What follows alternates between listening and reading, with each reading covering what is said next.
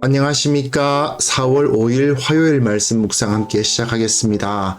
주님께서 오늘도 그 크신 은혜로 함께 하셔서 주님께서 우리에게 베풀어 주신 그 크신 구원의 은혜를 기억하고 하나님을 높일 수 있는 하루가 되기를 간절히 기도합니다. 오늘 본문은 시편 124편입니다. 성전에 올라가는 노래들을 계속 읽어가고 있는데요. 오늘 본문은 그렇게 길지 않고 다룰 내용도 그렇게 많은 내용이 있을 것 같지는 않습니다만은 그러나 우리가 구원받았다는 사실을 기억하면서 기쁨의 노래를 부를 수 있는 그런 본문이 아닐까 생각합니다. 그럼 함께 말씀을 보겠습니다. 다윗의 시, 곧 성전에 올라가는 노래. 이스라엘은 이제 말하기를 여호와께서 우리 편에 계시지 아니하셨더라면 우리가 어떻게 하였으랴.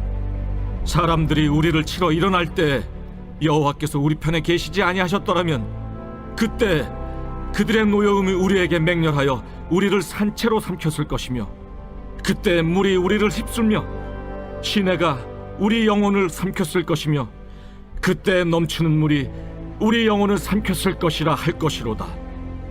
우리를 내주어 그들의 이에 씹히지 아니하게 하신 여호와를 찬송할지로다. 우리의 영혼이 사냥꾼의 올무에서 벗어난 새같이 되었나니 올무가 끊어짐으로 우리가 벗어났도다. 우리의 도움은 천지를 지으신 여호와의 이름에 있도다.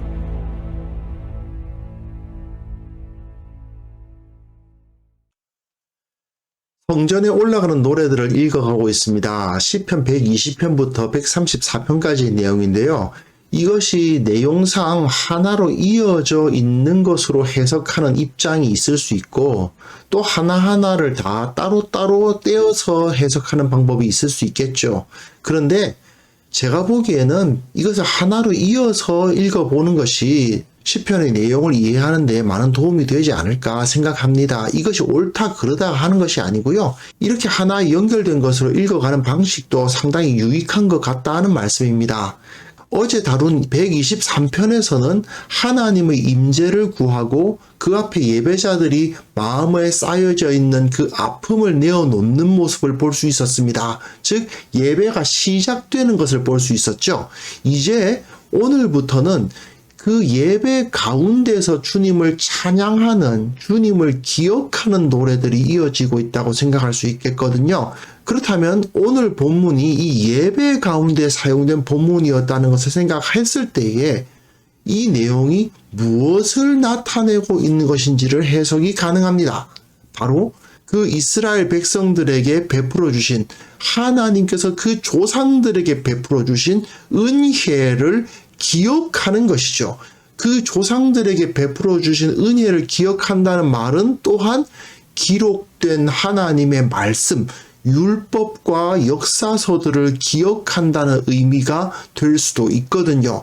말씀으로 예배가 시작되고 말씀에 근거해서 하나님을 높이지 않겠습니까? 그렇기 때문에 오늘 본문은 과거 이스라엘에게 베풀어 주신 하나님의 은혜를 기억하는 내용이다라고 생각하시면 좋을 것 같습니다.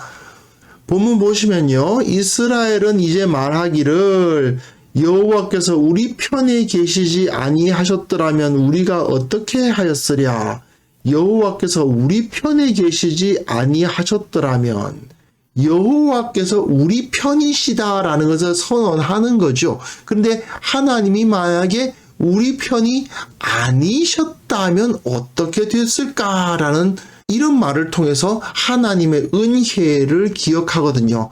사람들이 우리를 치러 일어났을 것이다. 그리고 그들의 노여움이 우리들에게 맹렬하여 우리를 산채로 삼켰을 것이다. 물이 우리를 휩쓸며 시내가 우리 영혼을 삼켰을 것이다. 넘치는 물이 우리 영혼을 삼켰을 것이라. 이런 표현은 뭘 떠올리게 하나요? 출애굽이죠. 출애굽 중에서도 홍해를 건너는 이야기를 반영하고 있는 것입니다. 눈앞에는 홍해가 가로막혀 있는데 그 뒤에는 자기들의 장자를 잃은 분노와 원한으로 가득 차 있는 그 애굽의 군대가 달려오고 있습니다.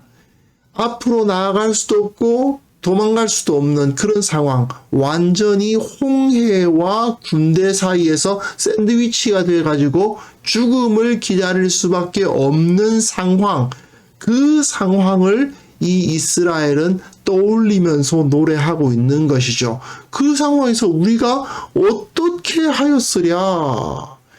그냥 죽는 것밖에 없다는 거죠. 결국은 그 노여움이 우리를 삼키고 우리 영혼을 삼키고 우리 영혼을 삼킨다. 이 우리 영혼을 삼킨다는 표현은 죽는다는 것을 의미하는 것이고, 이들이 그 조상들이 죽었다면 곧 이스라엘이라는 존재는 그 자체로 존재할 수도 없었다. 이 땅에 우리는 있을 수도 없는 존재였을 것이다 라고 노래하는 것입니다. 결국 이들은 하나님께서 이스라엘을 애굽의 종된 상태에서 이끌어내어 주셔서 자유로운 백성으로 만들어 주셨다는 것을 기억하는 그 구원의 은혜를 지금 기억하고 있는 것이죠.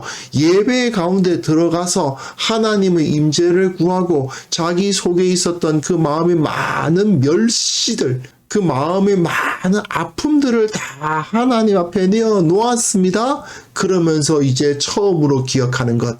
그렇지. 하나님께서 우리를 구원하셨어.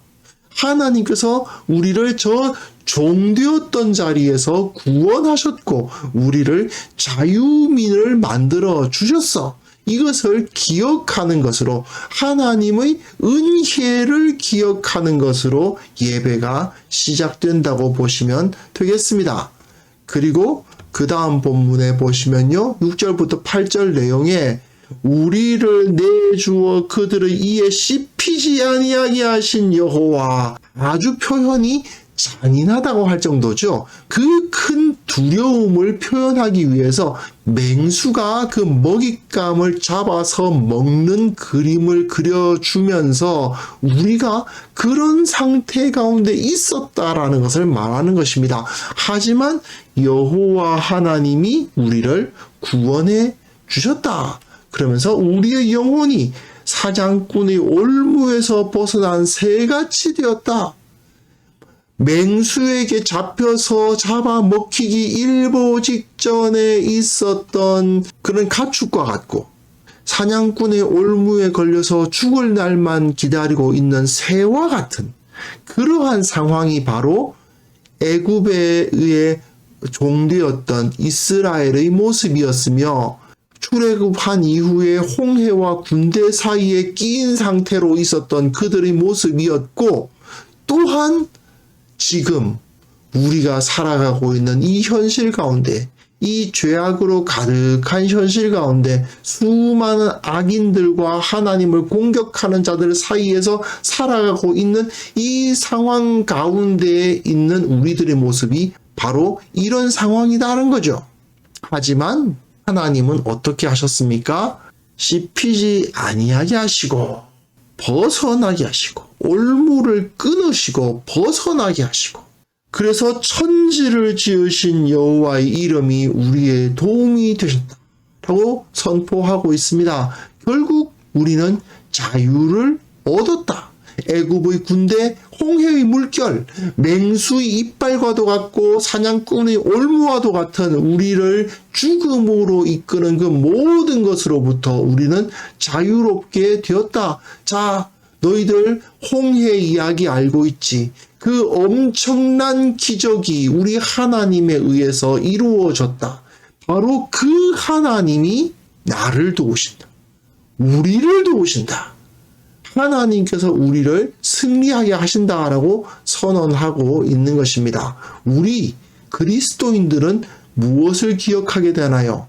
십자가와 그 비어있는 무덤을 기억해야 되겠죠.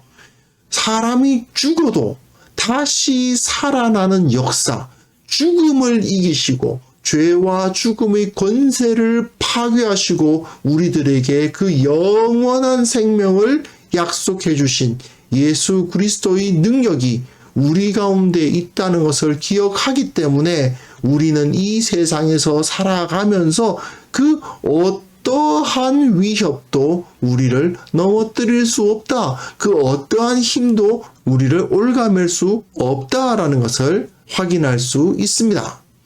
결국 우리가 예배하는 하나님은 우리를 자유롭게 하신 하나님이십니다.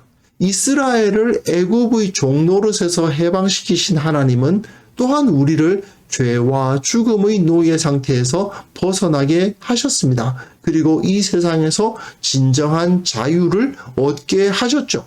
이 모든 것은 하나님이 우리 편이 되어 주셨기 때문에 가능합니다. 하나님께서 저 홍해를 가르신 하나님께서 우리 주님을 무덤에서 일으키신 그 하나님께서 우리 편이다. 내 옆에 계신다. 나를 도우신다. 이 확신을 가지고 우리가 살아간다면 우리는 결코 두려울 것이 없고 결코 그 앞에서 마음이 졸일 것이 없는 것입니다. 문제는 무엇이냐 하면 우리가 하나님께서 우리 편이 되어 주시고 우리를 자유롭게 하셨다는 사실을 그다지 의미 있게 받아들이지 않는다는 데 있어요. 이스라엘이 애굽으로부터 자유를 얻고 그 홍해가 갈라지는 것을 보고서도 걸핏하면 뭐라고 했습니까? 애굽으로 돌아가자고. 만나를 먹으면서도 애굽이 더 맛있는 거 많다고. 그렇게 했던 것을 우린 기억할 수 있는데 우리도 마찬가지 모습을 보일 때가 꽤 있죠. 하나님께서 우리들에게 그 크신 은혜를 주셨음에도 불구하고 죄와 사망의 종노릇하던 그 과거로 돌아가자고 말하는 경우가 있는 것입니다. 이렇게 어리석은 자들이 결국 하나님의 은혜를 얻지 못하고 천지를 지으신 여호와의 이름이 우리를 도우신다는 것을 확신하지 못하고 세상의 종노릇, 죄의 종노릇하면서 살아가게 되는 것이죠. 이게 가장 큰 문제가 아니겠습니까? 자, 그렇게 길지 않은 이 노래, 어떻게 보면 내용은 하나밖에 없습니다. 우리가 자유롭게 되었다. 이 세상의 위협과 유혹으로부터 자유롭게 되었고 죄와 사망의 권세로부터 자유롭게 되었다. 이 사실을 우리가 다시 한번 기억하고 이것을 확고하게 붙들 수 있어야 되겠습니다. 그럼에도 불구하고 세상의 유혹이나 위협을 이기질 못하고 하나님께서 주신 그 자유를 기뻐하지를 않고 오히려 종노릇이 편해, 세상이 시키는 대로 그냥 하는 게 편해, 말씀대로 살기보다는 다른 사람들이, 죄인들이, 악인들이 어떻게 살아가는지 눈치 보면서 사는 것이 더 편해, 이렇게 말하는 그런 어리석은 자리에 우리가 서지 않아야 되겠습니다. 우리가 얻은 자유를 기뻐하고 우리가 얻은 능력을 힘입어서 주님 앞에 온전한 모습으로 나아가는 자들이 되기를 바랍니다. 이 시간에 함께 기도하실 때에 우리가 구원받은 사람이라는 사실을 기억할 수 있었으면 좋겠고요. 내가 죄와 사망의 권세로부터 벗어나서 참된 자유를 누릴 수 있게 되었다라는 것, 이것을 다시 한번 기억하고 그 구원의 기쁨이 새롭게 되게 하옵소서. 함께 기도하는 시간 되었으면 합니다.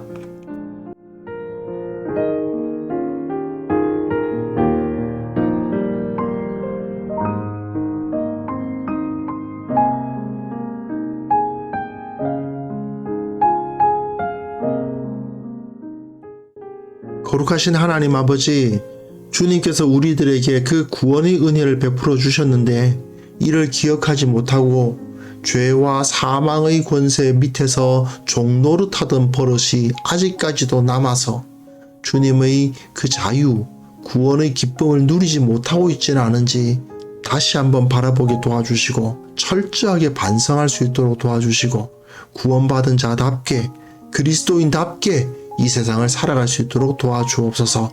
세상의 유혹과 위협에 흔들리지 않도록 도와주시고 세상의 다른 사람들을 부러워하면서 살아가는 자가 아니라 예수 그리스도를 따라서 주님의 모습으로 살아가겠노라고 결단하는 자들이 되게 하여 주시고 그 사람들이 결국 이 세상을, 이 땅을 변화시킨다는 사실을 믿고 그 믿음으로 역사함으로 말미암아 이 세상을 진정으로 변화시키는 우리 모두가 되게 하여 주옵소서. 아버지 하나님, 이 땅의 모든 교회가 말씀의 능력을 힘입게 하여 주시고 세상의 어떤 다른 모임과도 다른 정말 거룩하고 특별한 공동체가 되게 하셔서 이 세상 모든 사람들이 하나님을 우리를 통해서 알게 하시고 우리를 통해서 하나님께 영광을 돌리는 그런 일들이 일어날 수 있도록 도와주옵소서.